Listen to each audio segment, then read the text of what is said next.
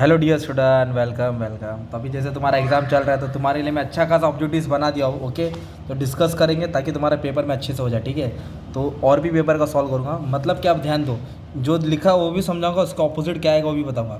तो dash concept of business is concern with customer satisfaction. तो customer satisfaction कौन सा कॉन्सेप्ट है? मॉडर्न कॉन्सेप्ट है, आज का ज़माना। और जो ट्रेडिशनल था, पुराना ज़माना, वो सिर्फ प्रॉफिट ओरिएंटेड था। क्या था वो? प्रॉफिट। और आज का ज़माने वाला मॉडर्न। इधर बोला है dash refers to reduction of government control, मतलब जहाँ गवर्नमेंट का कंट्रोल कम होता है उसको क्या बोलते हैं? लिबरलाइजेशन। क्या बोलते हैं? और गवर्नमेंट अपना पैसा निकाल देता है उसको प्राइवेटाइजेशन बोलते हैं। क्या बोलते हैं? प्राइवेटाइजेशन। पब्लिक को प्राइवेट करना। और ग्लोबलाइजेशन मतलब इंडिया की इकोनॉमी को वर्ल्ड के साथ ट्रेड कर, taking Indian economy to the world economy, तो ग्लोबलाइजेशन। तो तीनों में से एक ब्लैंक्स कंफर्म आने वाला है। That is the most important economic objective of business. Business का मेन मकसद क्या है भाई? प्रॉफिट। ये तो ब्लैंक्स लिखना चाहिए यार भाई। नेक्स्ट बोला है which environment includes policy of government. तो गवर्नमेंट की पॉलिसी में इकोनॉमिक एनवायरमेंट आता है। क्या आता है? इकोनॉमिक। अगर पॉपुलेशन है तो डेमोग्राफिक। क्या है? डेमोग्राफिक। फेस्टिवल कस्टम है तो सोशियोग्राफिक, है ना? ओके, फिर बोला है एनवायरमेंटल फैक्टर। तो जो एनवायरमेंटल फैक्टर होता है वो डायनेमिक होता है, चेंजेबल। क्या होता है वो? फिक्स नहीं होता है। ओके, डिसीजन ऑन लोकेशन कि बिजनेस कहाँ रहेगा, वो कौन सा स्टेप है? मार्केट रिसर्च का है कि मैन्युफैक्चरिंग प्रोसेस? नहीं, बिजनेस यूनिट का है ना। तो decision on location is an important element of setting up of A business unit. Business unit को सेटअप करने के लिए अपने को लोकेशन आइडेंटिफाई करना पड़ता है। Okay, analysing of competitor strategy. Competitor मतलब दुश्मन।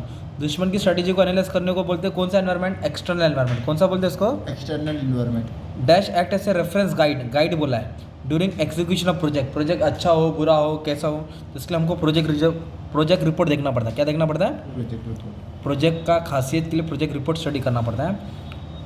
Dash implement the plan and idea of entrepreneur. Entrepreneur company के लिए बनाता है और डिपार्टमेंट का प्लान मैनेजर बनाता है। कौन बनाता है? मैनेजर। ओके, मतलब ऑन्टरप्रेनर के बाद कौन कंपनी को संभालता है? Manager. Which agreement is concern with liberalisation of international investment. Investment बोलो तो ट्रिम होता है। ट्रिम मतलब ट्रेड रिलेटेड इन्वेस्टमेंट मेजर, और ट्रिप मतलब क्या था? Trade related intellectual property rights, copyright, patent, good, वो सब आता है। और एओ बोले तो एग्रीमेंट ऑन एग्रीकल्चर। तो इधर इन्वेस्टमेंट था इसलिए ट्रिम आया। इन्वेस्टमेंट बोले तो ट्रिम। और कॉपीराइट आया तो TRIP. Dash entrepreneur within existing organisation, मतलब जो कंपनी का हेड होता है उसको एंटरप्रेनर बोलते हैं, और एंटरप्रेनर के बाद जो संभालता है उसको इंट्राप्रेनर बोलते हैं। क्या बोलते हैं उसको? जो विद इन दी कंपनी आता है, विद इन। ओके, और फिर एक दिया है which scheme is specially meant for women entrepreneur trade. Womens के लिए गवर्नमेंट ने स्कीम बनाता है कि उनको अच्छा खासा बिजनेस कर सके। तो ये तुम्हारा ऑब्जेक्टिव हो गया। वैसे ट्रू ऑफ फॉल्स भी आएगा, ठीक है? तो ट्रू ऑफ फॉल्स पे भी ध्यान देने का अपने को। Business broadly involve industry and commerce. हक है, true. Business is social activity. False. Business social activity नहीं है, ऑर्गेनाइज एक्टिविटी। कैसी होती है? Organise activity. Creating wealth is an economic objective of business. हाँ, वेल्थ को बढ़ाने को मेन ऑब्जेक्टिव रहता है बिजनेस को, उसको ट्रू बोलते हैं। टर्न अराउंड मतलब लॉस मेकिंग कंपनी होती है, is supply to loss making unit. हाँ, सही है। Environmental factor do not affect business. False. Environment के कारण बिजनेस इफेक्ट होता है, जैसे कोरोना हुआ, बिजनेस का इफेक्ट है ना, बनता ना यार, तो ये गलत बोला है।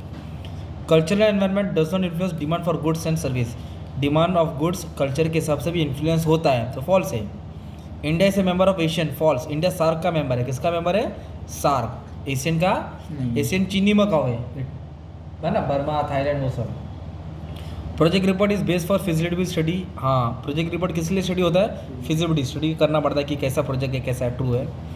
10 is mandatory for operating bank account. तो 10 बोला इधर, एक्चुअली 10 नहीं है, पैन है। इनकम टैक्स के लिए फाइल करने के लिए अपने को पैन चाहिए। क्या चाहिए? पैन। थोड़ा प्रिंटिंग मिस्टेक था, ट्रू है। ओके, एंटरप्रेन्योर सोशल एक्टिविटी नहीं, बिजनेस एक्टिविटी है, तो फॉल्स। महिला विकास निधि प्रोवाइड वुमेन एंड डेवलपमेंट। हाँ, हक है, ट्रू है। और जो छोटी मोटी इंडस्ट्री के लिए कॉर्पोरेशन बनाया है, वो वर्किंग कैपिटल छोटी इंडस्ट्री को लोन देते हैं, ये भी ट्रू है।